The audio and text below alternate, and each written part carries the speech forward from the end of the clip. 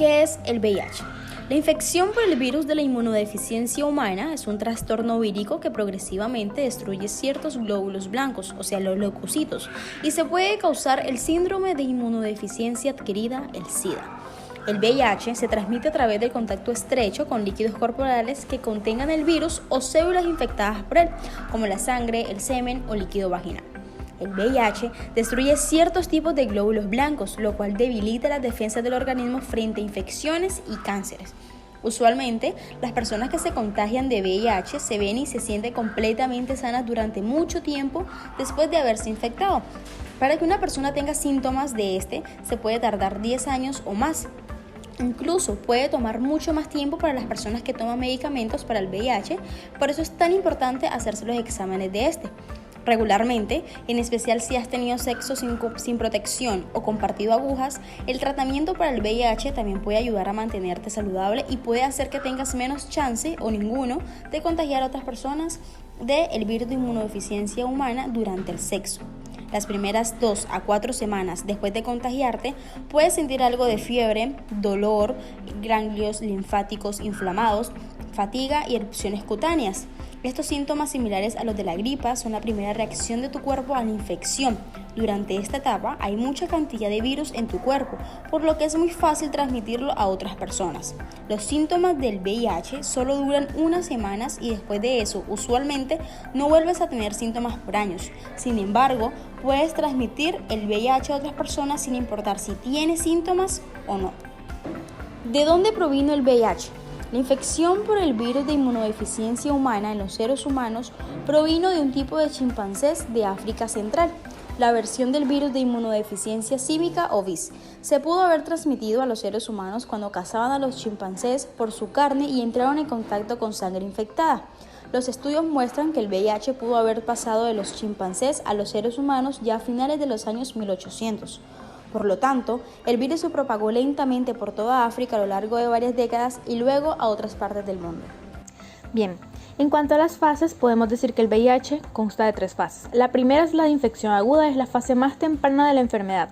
Se manifiesta entre las 2 y 4 semanas de adquirida y los pacientes pueden presentar síntomas como dolor de cabeza, fiebre y erupción cutánea. Incluso algunos son asintomáticos. El virus es capaz de reproducirse muy rápido y se inicia una destrucción masiva de linfocitos T, CD4.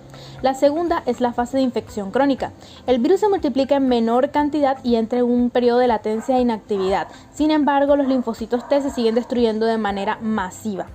Y por último, la última fase es el síndrome de inmunodeficiencia adquirida. Indica la destrucción total del sistema inmunitario y el organismo estará expuesto a infecciones constantes y a desarrollar cánceres. Debido a que no hay linfocitos, se presentarán otros síntomas como sarpullidos, úlceras, inflamación de ganglios y escalofríos. Respecto a la tasa de mortalidad, en Colombia para el año 2019 fue del 5% de los contagiados y para el año 2020 fue del 4%. Actualmente en el mundo viven 45 millones de personas con VIH, 1.5 millones de personas contrajeron la infección en el año 2020 y 680.000 murieron a causa de enfermedades relacionadas como por ejemplo cáncer. Respecto al diagnóstico, se pueden realizar pruebas de antígenos y anticuerpos, análisis de anticuerpos, y para determinar la etapa de la enfermedad, esto puede realizarse mediante un recuento de células T, CD4, de carga viral de ARN del VIH y una prueba de resistencia a los medicamentos. En cuanto a la estructura del virus, pues sabemos que es de tipo ARN, que pertenece a la familia Retroviridae, específicamente a su familia de los lentivirus.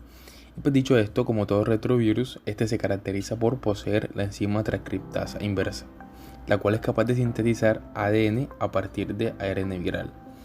Además de esto, posee una estructura esférica, como se puede ver en la imagen que mostramos, y tiene un diámetro aproximadamente de 110 nanómetros.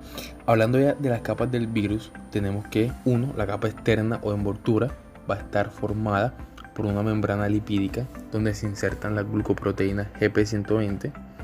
Estas son las glucoproteínas de superficie, la GP41, glucoproteína transmembranal, y también proteínas derivadas de la célula huésped en las que se encuentran los receptores celulares y antígenos de histocompatibilidad. Debajo de la membrana lipídica se encuentra la glucoproteína matriz P17, la cual se une a la GP41. Esto es de suma importancia para el ciclo vital del virus. Luego prosigue la cápside icosaédrica, la cual está formada por la proteína P24. Y por último la capa interna o nucleoide, que contiene ARN viral, algunas nucleoproteínas y enzimas, como lo pueden ser la proteasa, la integrasa y la transcriptasa inversa. El genoma del VIH está formado por dos moléculas de ARN monocatenario, además de los genes estructurales característicos de los retrovirus. Ya entrando en materia de los tipos, nos encontramos con el VIH-1 y el VIH-2. El VIH-1 tenemos 4 grupos, los cuales serían el M, que significa main, el O, outlier, y el N, que es el NO, y el P. Los grupos M tienen subtipos, que serían el C y el D. El C es el más común a nivel mundial, pero para nosotros, Latinoamérica, sería el D. En cuanto al VIH-2, tiene una clínica más sutil, una menor progresión y se encuentra en África y países con el contexto de conquista y demás colonias, como bien son los ejemplos de India, España, Portugal, entre otros.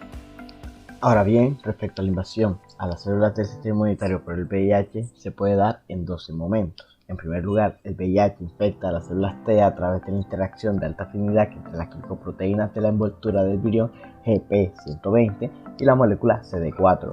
Durante la infección también interviene el correceptor de las células T llamado CXCR4, mientras que para la infección de los monocitos el VIH interactúa con el correceptor CCR5, después de que el GP120 se una a CD4 en la célula T. Posteriormente, las nucleocápsidas que contienen el genoma viral, las enzimas entran en la célula diana. Tras la liberación del genoma viral y las enzimas de la cápsida, la transcriptasa reversa viral cataliza una reacción a partir del ARN de cadena simple o ssARN para formar así híbridos de ARN-ADN. Continúa esto y para producir ADN doble cadena o dsADN, la cadena de ARN viral es degradada parcialmente por la ribonucleasa H, lo que permite la síntesis de la segunda cadena de ADN. Continúa esto, el dsADN viral se traslada al núcleo y se integra en el genoma del huésped por la acción de la integrasa viral.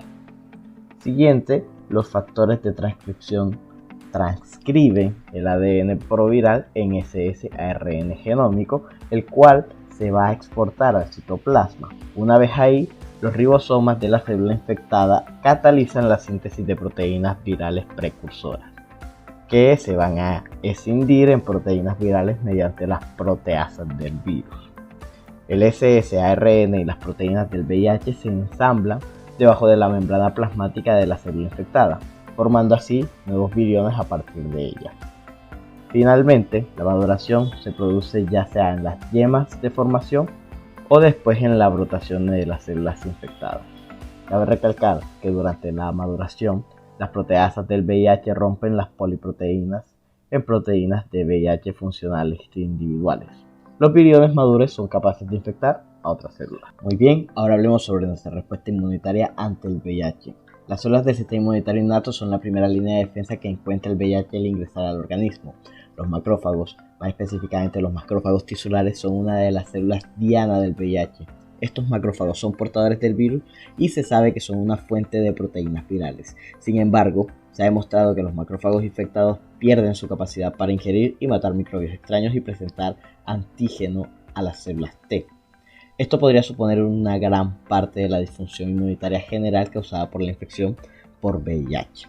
Las células dendríticas, o DC, presentan antígenos procesados a los linfocitos T en los ganglios linfáticos.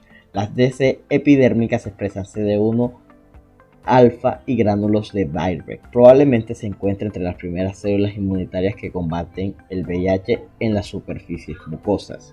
Estas células transportan el VIH desde el sitio de la infección hasta el tejido linfoide.